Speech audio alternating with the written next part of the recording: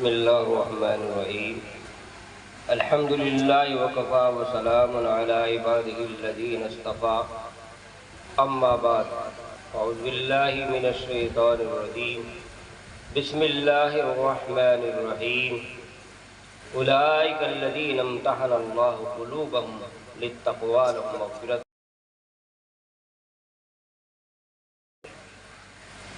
محترم بزرگ اور دوستو، میں نے آپ حضرات کے سامنے کلام پاک کی ایک آیت تلاوت کی ہے۔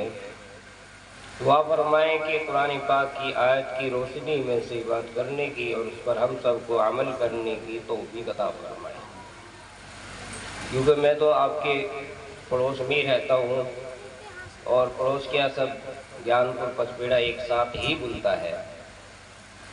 پچپیڑے والے بھی جانتے ہیں، گیان پور والوں کو میں جانتا ہوں، لیکن ہمارے جو مہمان باہر سے تشریف لائے ہیں، میری تقریر نہ بھی ہو تو کوئی ضروری نہیں ہے، کیونکہ میں تو آتا رہتا۔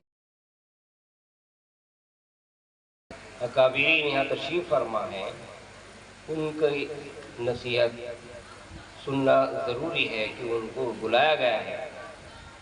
اور ابھی مفتی صاحب جو ہمارے مہمان ہیں، ان کا بیان ہو رہا تھا اور بہت ہی اچھے انداز میں بیان کر رہے تھے اور اس جماعت کے متعلق بتا رہے تھے کہ جن کے آپ اور ہم نام لیوا ہیں۔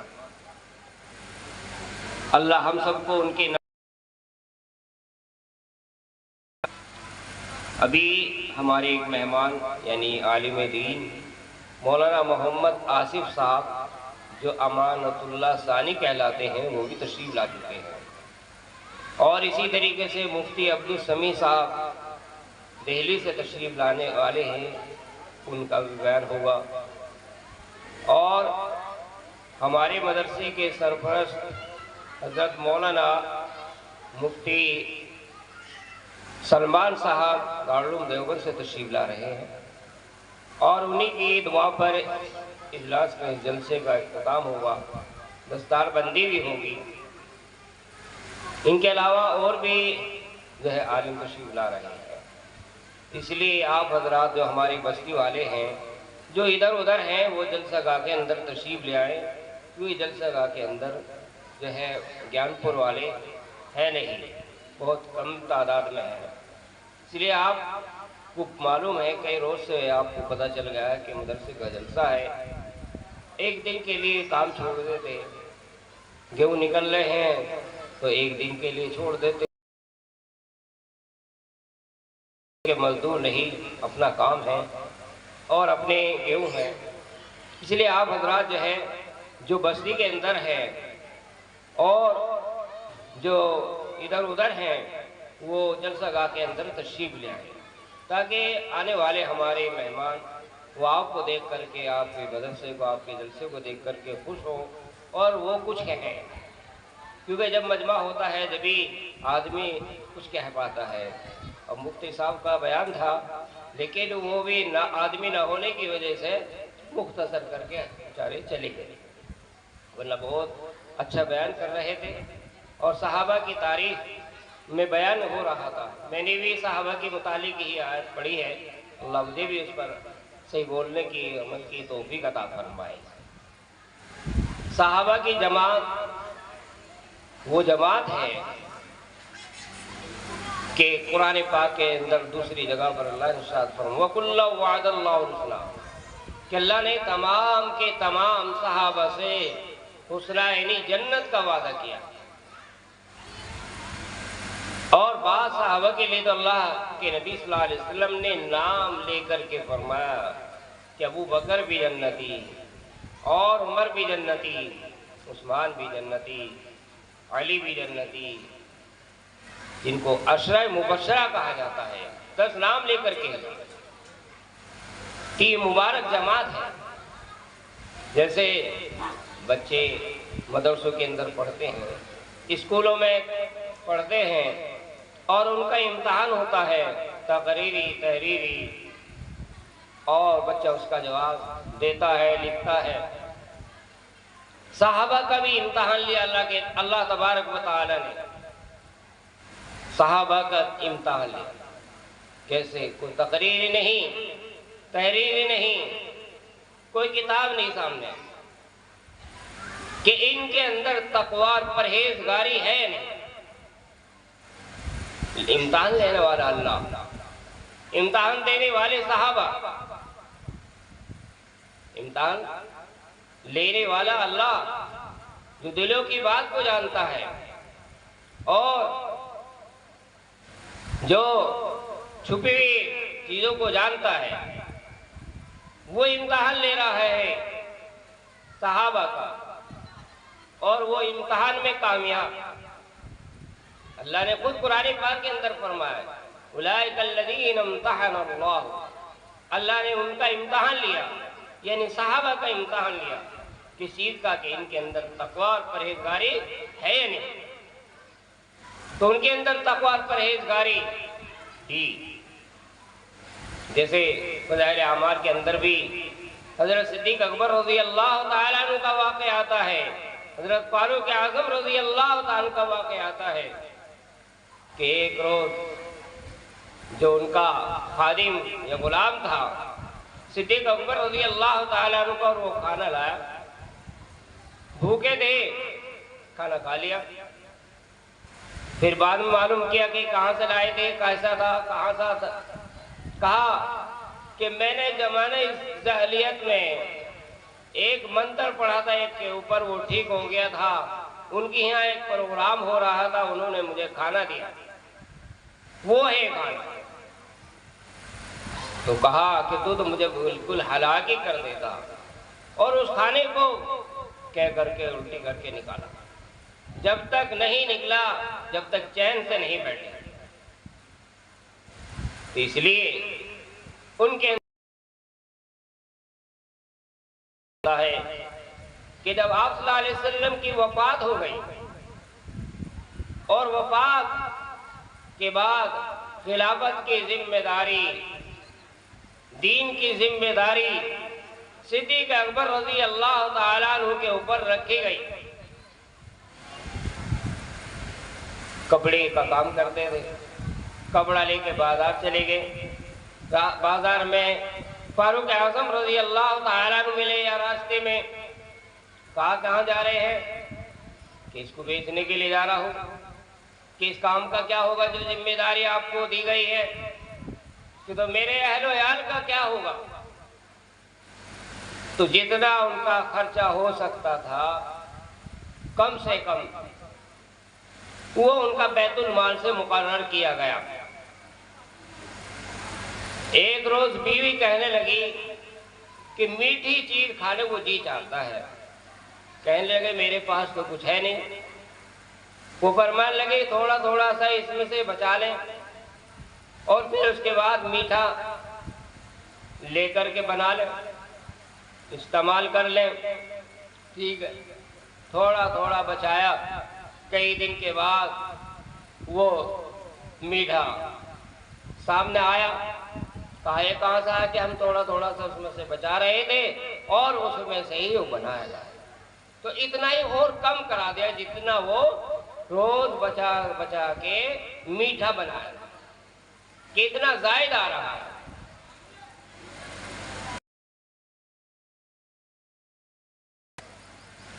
اسی لیے اللہ کے نبی صلی اللہ علیہ وسلم فرمایا اصحابی کالنجوم بأیہم اقتدیتم اہتدیتم، کہ تم ایک ادنا سے ادنا صحابی کی بھی اقتدا کر لو گے نجات پا لو گے. اور میرے صحابہ ستاروں کے مانند ہیں، جیسے آسمان میں ستارے ویسی زمین پر میرے صحابہ ہیں. ایک مرتبہ اللہ کے نبی صلی اللہ علیہ وسلم ام المومنین حضرت عائشہ صدیقہ رضی اللہ تعالیٰ عنہ کی آرام فرما رہے ہیں. چاندنی رات ہے. ام المومنین حضرت عائشہ صدیقہ رضی اللہ تعالیٰ فرماتی ہے اللہ کے رسول کسی کی اتنی نیکی بھی ہے جتنی آسمان میں ستارے. کہ ہاں ہے. کہ کس کی؟ کہ حضرت فاروق اعظم رضی اللہ تعالیٰ عنہ کی اتنی نیکیاں ہیں جتنی آسمان میں ستارے. تو فرمانے لگی کہ ابو بکر کی کتنی ہے؟ کہ ابو بکر کی اتنی ہے کہ عمر کی ساری زندگی کی نیکی ایک رات کا مقابلہ نہیں کر سکتی۔ حضرت ابو بکر کی نیکی ایک رات کی حضرت عمر رضی اللہ تعالیٰ عنہ کی ساری زندگی کی نیکیاں اس ایک رات کا مقابلہ نہیں کر سکتی۔ وہ کون سی رات تھی؟ جب اللہ کے نبی صلی اللہ علیہ وسلم مکے سے مدینے کے لیے ہجرت فرما رہے ہیں اور غار ثور یعنی ثور پہاڑ کے اوپر چڑھ رہے ہیں تو آپ کو پریشانی ہوتی ہے چڑھنے پر، تو صدیق اکبر رضی اللہ تعالیٰ عنہ آپ صلی اللہ علیہ وسلم کو اپنی پینڈ کے اوپر سوار کرتے ہیں اور پہاڑ کے اوپر لے جاتے ہیں اور اس پہاڑ کو پھر اس غار کو صاف کرتے ہیں۔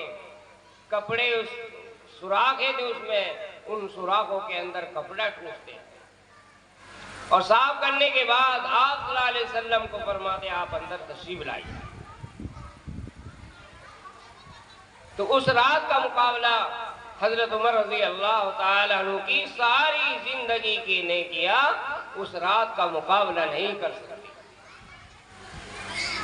یہ ہے حضرت فاروق اعظم رضی اللہ تعالیٰ عنہ کی نیکیاں ستاروں کے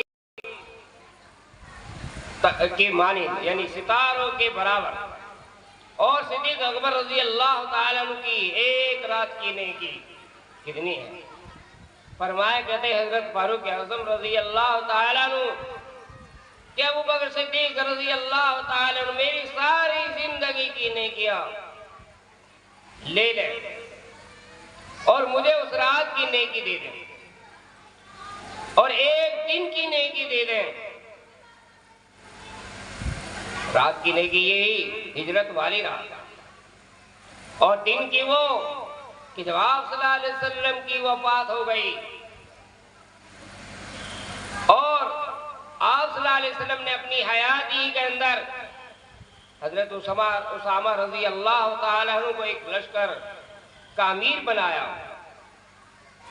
آپ کی ابھی پڑاؤ وہیں تھا تو صحابہ کا مشورہ ہوا، کیونکہ حضرت صدیق اکبر رضی اللہ تعالیٰ فرمایا حضرت صدیق اکبر رضی اللہ تعالیٰ عنہ نے اور کافروں کے اوپر دھاک بیٹھ گئی کے لیے حضرت فاروق اعظم حضرت ابوبکر صدیق رضی اللہ تعالیٰ عنہ کو دے اور تمام صحابہ کا اللہ تبارک و تعالیٰ نے امتحان لیا۔ دیکھیے بیت المقدس جہاں فلسطین کے اندر جنگ ہو رہی ہے، مسلمانوں کے اوپر ظلم ہو رہا ہے، بچوں کو شہید کیا جا رہا ہے، ہماری ماں بہنوں کو بھی شہید کیا جا رہا ہے، چھوٹے چھوٹے بچوں کو مارا جا رہا ہے، جانی مالی بہت بڑا نقصان۔ کافی وقت گزر گیا، مسلمانوں کا وہاں لشکر ہے، انہوں نے کہا، ان کے عالموں نے کہا کہ اگر تم اپنے بڑے کو لے آؤ اور ہماری کتاب کے اندر جو لکھا ہے اگر وہی ہوں گے تو ہم اپنا ملک جو ہے بغیر لڑے تمہارے حوالے کر دیں گے۔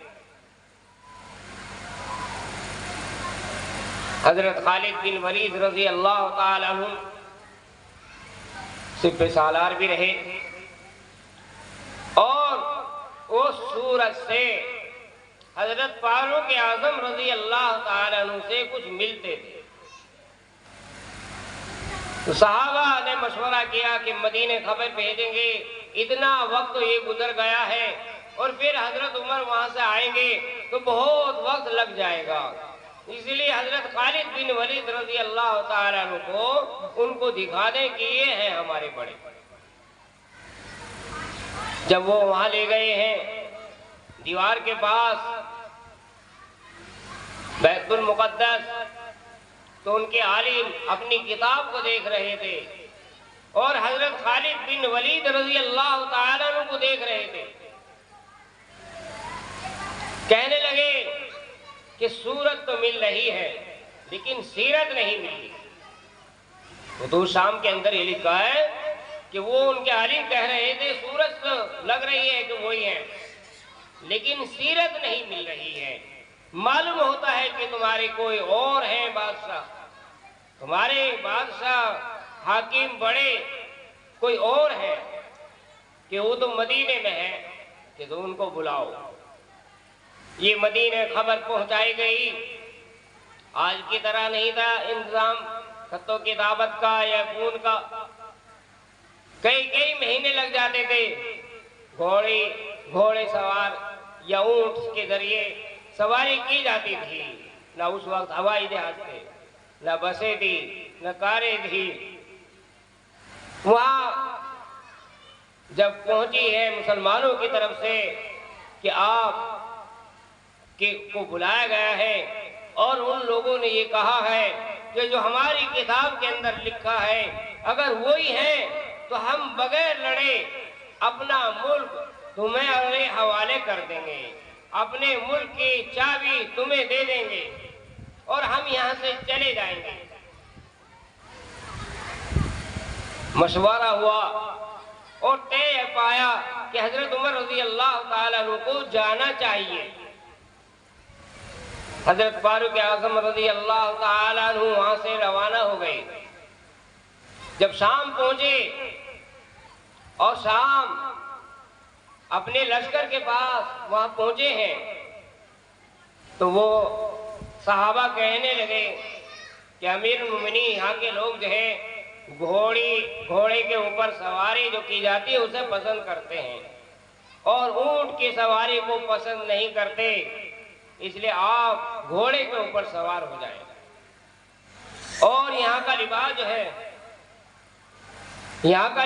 ہے یہ دوسرا لباس ہے، آپ مدینے سے جو پہن کر آئے ہیں اس لباس کو جو ہے اتار کر کے بدل لیجئے دوسرا لباس۔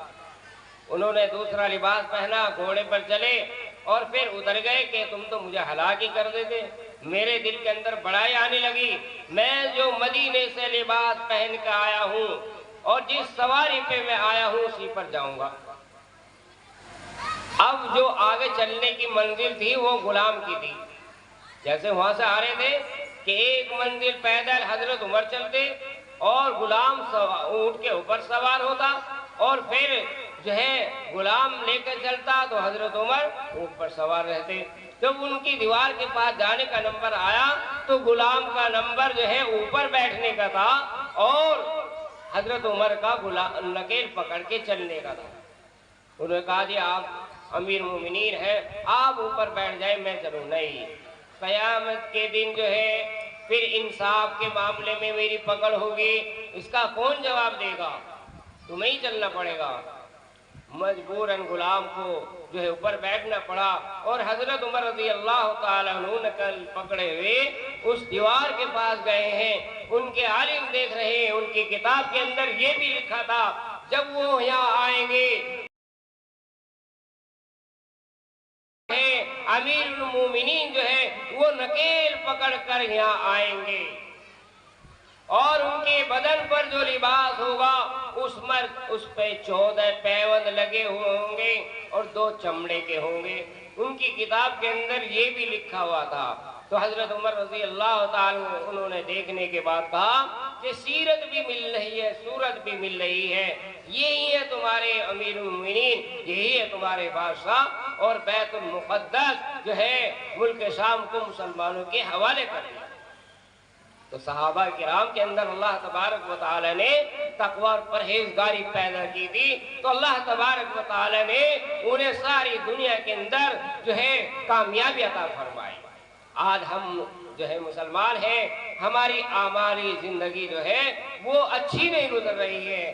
ہم جو اعمال کی طرف آ جائیں، نمازوں کی پابندی کرنے لگیں، آپ صلی اللہ علیہ وسلم اور اللہ کے حکموں پر چلنے لگیں، تو اللہ فرمایا وَأَنْتُمُ الْأَعْلَوْنَ إِن كُنتُم مُؤْمِنِينَ کہ تم ہی سر بلند رہو گے اگر سچے مومن بن جائیں گے۔ اللہ تعالیٰ مجھے بھی آپ کو بھی اس کے اوپر عمل کی توفیق عطا فرمائے۔ صحابہ کرام کی صحابہ سے محبت کرنے کی توفیق عطا فرمائے. آمین. وآخر دعوانا الحمدللہ رب العالمین.